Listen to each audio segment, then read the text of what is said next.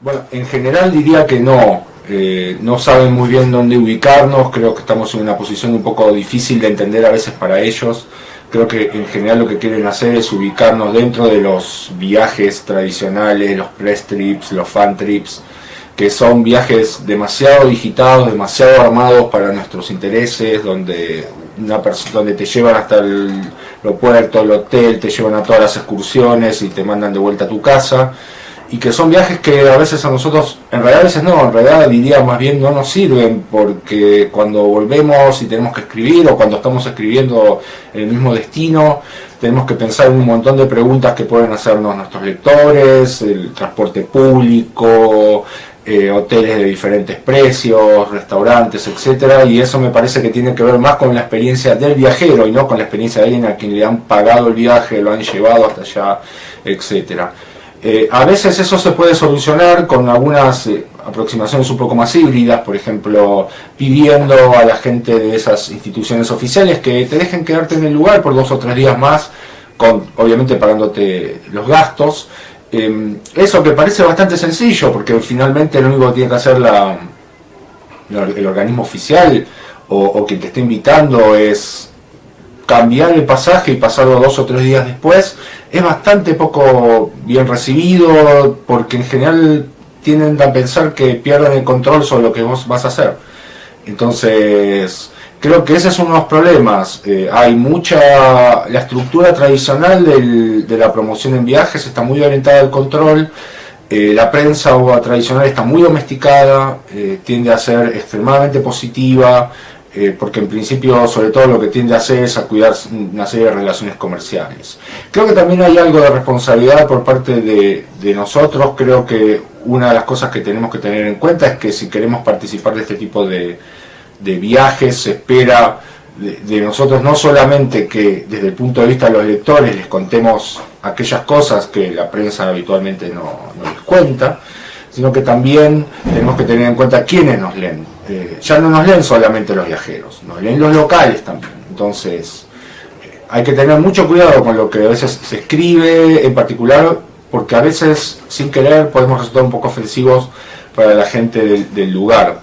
Me parece que una medida, por ejemplo, razonable es combinar cosas positivas con cosas negativas. Digo, un viaje es eso, una combinación de cosas positivas y de cosas negativas. Más positivas que negativas, porque si no, no nos gustaría viajar. Entonces, si nos invitan a un lugar y la primera entrada que escribimos es horrible, o es puras quejas, o es ese tipo de cuestiones, vamos a tener algunos problemas. Me parece que tenemos que decir ese tipo de cosas, tenemos que decir las cosas negativas, tenemos que contar si una aerolínea da un mal servicio, etcétera, pero me parece que uno puede saber aprender a escribir para evitar problemas y sobre todo para cerrarle la puerta a otras personas, porque lo que pasa en América Latina, con muchas instituciones que no tienen mucha confianza en los blogueros, es que tal vez hagan un viaje en donde inviten a algunos de ellos y el primer post de ese primer viaje sea completamente negativo, y lo que vas a lograr es que no inviten nada más a otras personas. Entonces creo que podemos ser un poco más profesionales en esto, creo que podemos aprender a dosificar la información negativa y positiva para evitar otros problemas en el futuro.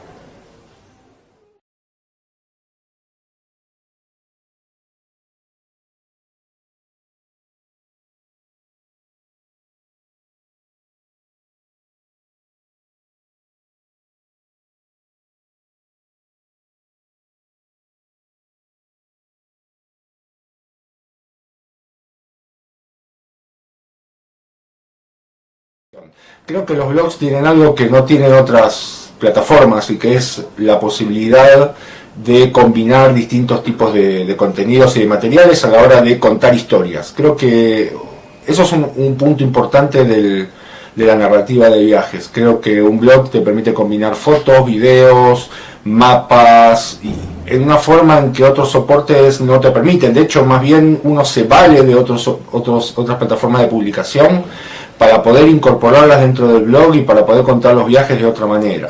Lo que sí creo es que el futuro no pasa solamente, o pasa cada vez menos, por la estructura tradicional de la narración de viajes, o sea, la narración a partir del texto. Creo que vamos a tener que acostumbrarnos más a contar los viajes de otras maneras, a contar los viajes a partir de mapas, a partir de crear videos, de armar otro tipo de contenidos, o incluso de usar móviles de otra manera. Pero creo que otras plataformas no te brindan eso.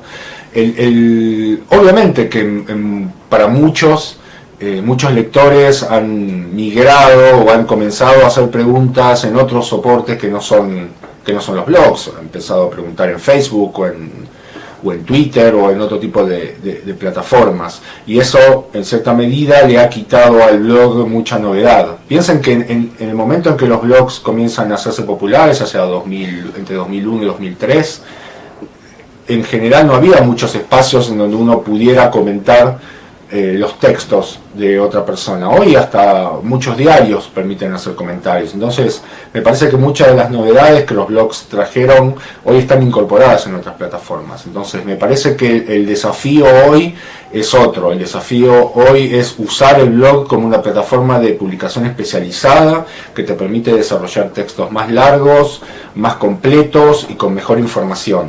Me parece que para información mucho más puntual, para preguntas y ese tipo de cuestiones, el blog ya no es la plataforma más adecuada, y existen otras redes sociales y de información que te permiten explorar ese tipo de contenido.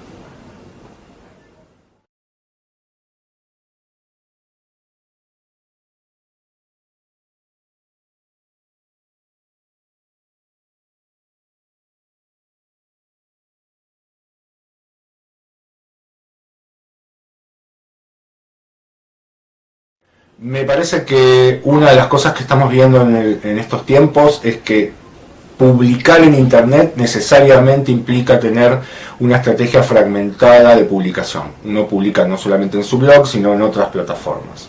Y me parece que cuando uno tiene que hacer una aproximación a la idea de si quiere vivir de esto, necesariamente tiene que hacer una aproximación fragmentada. Esto es, no creo que se pueda vivir hoy de solamente el blog de viajes si no están viviendo de él ya en este momento. Creo que en un momento determinado, entre 2002, 2003, 2004, posicionar un blog de viajes personal, esto es sin tener una empresa por detrás que se ocupe del SEO y ese tipo de cuestiones, podía tomarte un año y medio de trabajo bastante fuerte, pero más o menos ese tiempo. Hoy seguramente ese tiempo es más largo, y además te enfrentás a la competencia de muchas empresas que tienen recursos destinados a la promoción, al SEO, al marketing en redes sociales, que no cuenta una persona que comienza con su blog.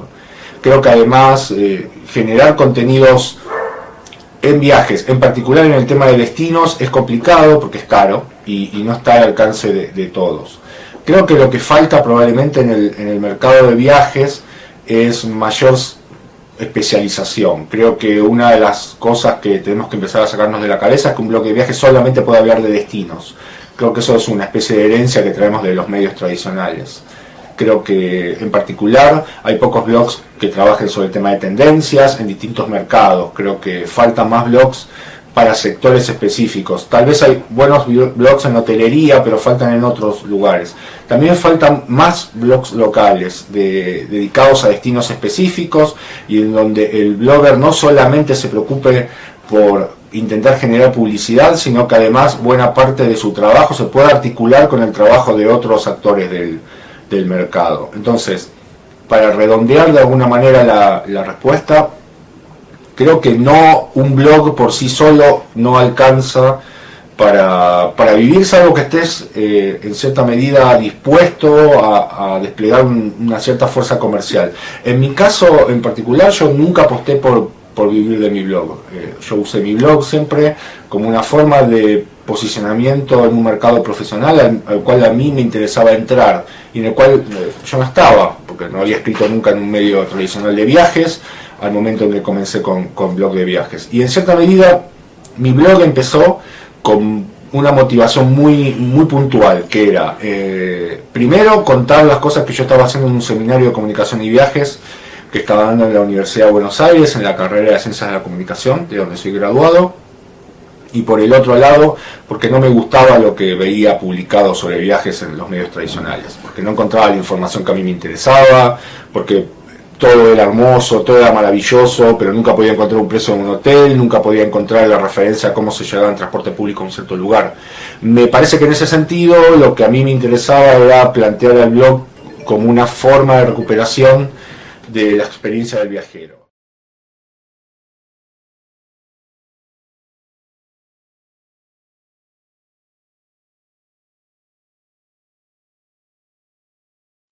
Yo puedo responder más que nada por la primera parte, porque tengo muy en claro que mi blog de viajes es un blog personal.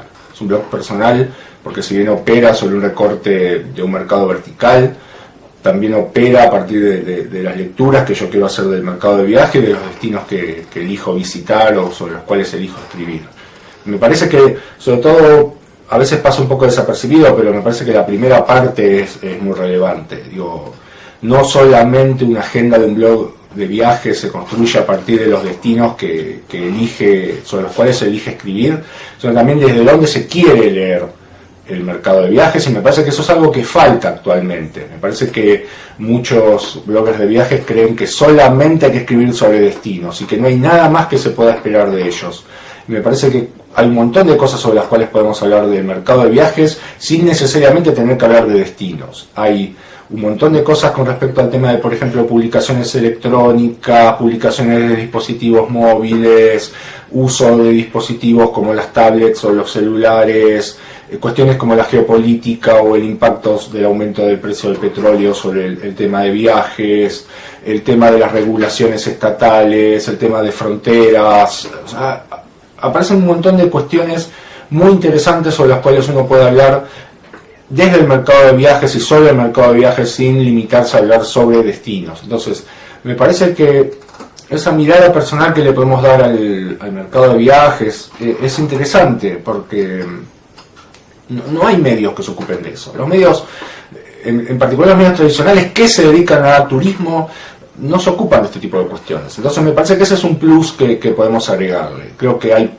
poca focalización sobre el tema de tendencias y poca focalización sobre el tema del futuro del viaje. Entonces, digo, cubramos ese tipo de cosas que están faltando. Probablemente no sean cosas que se vendan muchísimo, pero recuerden que uno tiene un blog de viajes no solamente en parte porque es una apuesta profesional y comercial, sino también porque es una apuesta personal por hablar de cosas que te interesan y que te gustan y que te apasionan. Entonces, siempre es bueno, es lo mejor posible combinar ese tipo de objetivos. Bueno, antes de cerrar, le quería agradecer a todos su tiempo por haberme escuchado ahora, a Eddie y a Victoria por el esfuerzo para que esto se pudiera haber hecho en vivo, pero bueno, a veces no se puede, ya saben, no es fácil conseguir a veces recursos para este tipo de eventos. Digo, he estado vinculado a varios de ellos en Argentina, como el Travel Camp, y conozco bien las dificultades que implican conseguir sponsors, etc. Les quiero agradecer a todos. España es un gran mercado para los blogs de viajes, ustedes se las han arreglado para crecer de manera enorme, mientras que en América Latina desgraciadamente el mercado no ha crecido a la misma velocidad, y eso es algo que a veces es complicado de explicar hacia afuera. Por último, espero que para la próxima vez sí pueda andar por allá. Desgraciadamente en el momento que ustedes están viendo este video, no puedo garantizar hacer una transmisión en vivo, y por eso elegimos el formato de video. No tan desgraciadamente, me voy a encontrar en la Patagonia Argentina y no voy a poder filmar no puedo garantizar hacer una transmisión por Skype para ese momento. Así que les agradezco mucho su tiempo y hasta luego.